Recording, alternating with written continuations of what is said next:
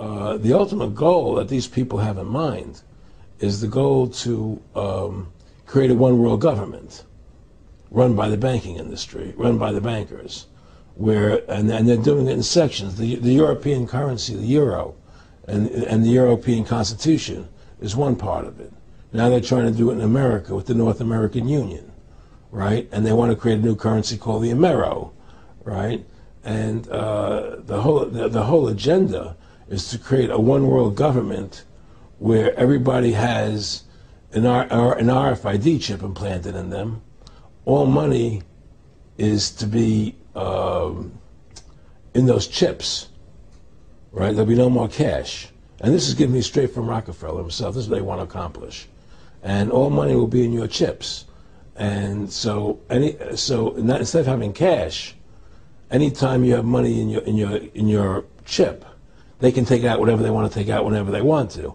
If they say you owe us this much money in taxes, they just deduct it out of your chip digitally. Total control. Total control. And if you're like me or you, and you're protesting what they're doing, they can just turn off your chip. And you have nothing. You can't buy food. You can't do anything. It's total control of the people. And that chip's connected to a database that has your purchasing records, what you do, what everything, you sell. Everything is in there, you know? And so they want a one-world government controlled by them, everybody being chipped, all your money in those chips, and they control the chips, and they control people. And you become a slave. You become a serf to these people. That's their goal. That's their intentions. Eric, can you be specific about when you met Rockefeller, how it happened in these discussions? I met Rockefeller through a female attorney I knew who called me up one day and said, one of the Rockefellers would like to meet you. I had made a video called Mad as Hell, and he'd seen the video and wanted to meet me and knew I was running for governor of Nevada. So sure, I'd love to meet him. And I met him, and I liked him, and he was a very, very smart man. And we used to talk and share ideas and thoughts. And he's the one who told me 11 months before 9/11 ever happened that there was going to be an event. Never told me what the event was going to be, but there was going to be an event. And out of that event, we were going to invade Afghanistan to run pipelines from the Caspian Sea. We were going to invade Iraq, you know, to take over the oil fields, establish a base in the Middle East, and make it all part of the New World Order.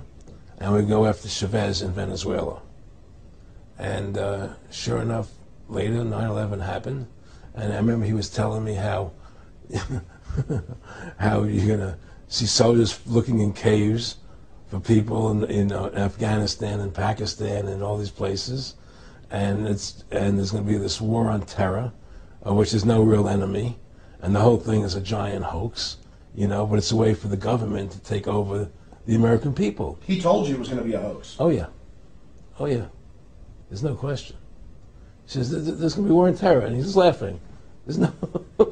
Who are we fighting? I mean, why do you think 9/11 happened and then nothing's happened since then? Do you think that our security is so great here that these people who pulled off 9/11, who were able to, can't knock down another plane? Come on, it's ridiculous.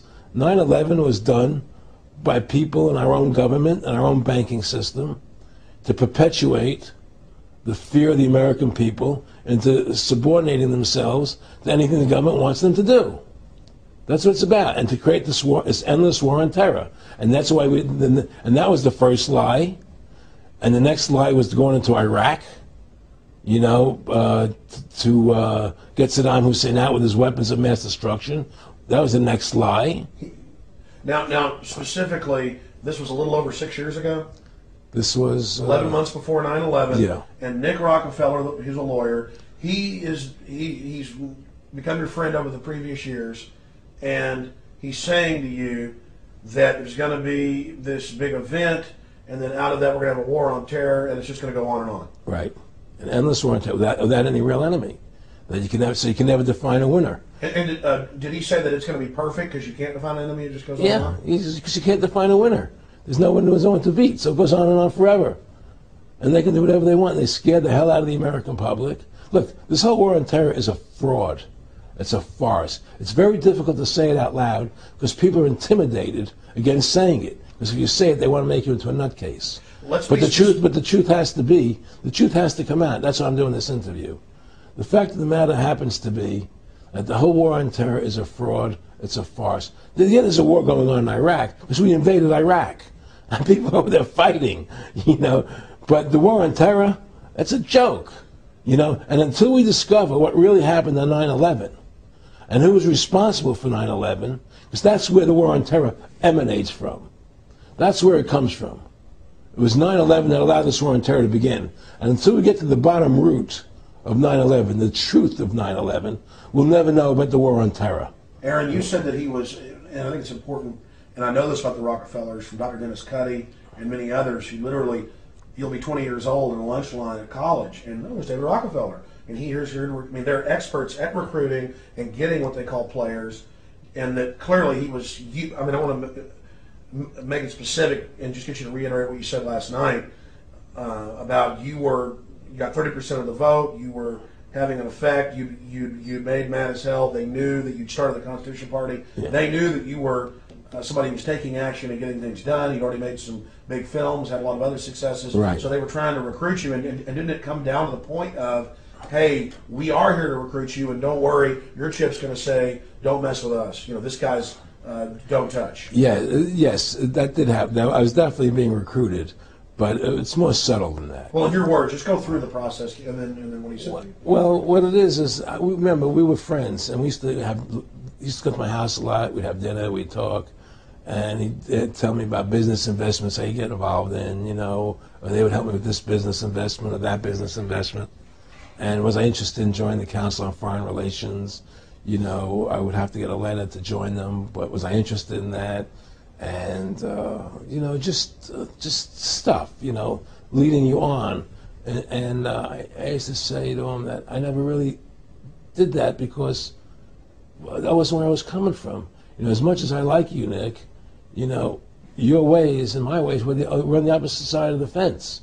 You know, I don't believe in enslaving people, you know, and he would come back with, oh, I do? Or? Well, it would be more like, you know. It's better for them. Well, it's more like, you know, how do I put it? It was like, what do you care about them? What do you care about those people? What difference does it make to you? Take care of your own life. Do the best you can for you and your family. What do the rest of the people mean to you? They don't mean anything to you. They're just serfs. They're just people. You know, it was just a lack of caring, you know, and that's just not who I was. It was just sort of like cold, you know. It was just like cold, you know. And I used to say to him, what's the point of all this? You have all the money in the world you need. You have all the power you need. What's the point? You know, what's the end goal? And he said the end goal is to get everybody chipped, to control the whole society. To have the bankers, the elite people, you know, the bankers and some governor controlling the world. And I said, all the people in the Council on Foreign Relations believe this way you do? He said, no. You know, most of them believe they're doing the right thing. A lot of them believe it's better off being socialistic. You know, we have to convince people that socialism is really capitalism. Because America is becoming a socialist country. It's a communist country today. Well, one of the things they told me was that he was at the house one night, and we were talking, and he started laughing. He said, Aaron, what do you think women's liberation was about?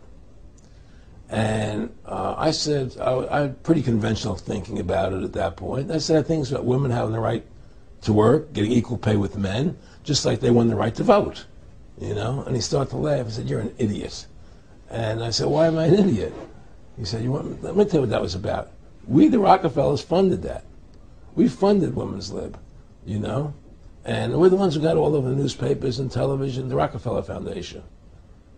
He says, and you want to know why? He said, there were two primary reasons. And they were, one reason was we couldn't tax half the population before women's lib. And the second reason was, now we get the kids in school at an early age. We can indoctrinate the kids how to think. It breaks up their family. The kids start looking at the state as the family, as the school, as the officials, as their family, not as the parents teaching them.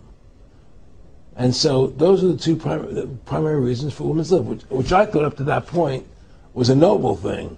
You know, when I saw their intentions behind it, where they were coming from when they created it, the thought of it, I saw the evil behind what I thought was a noble adventure.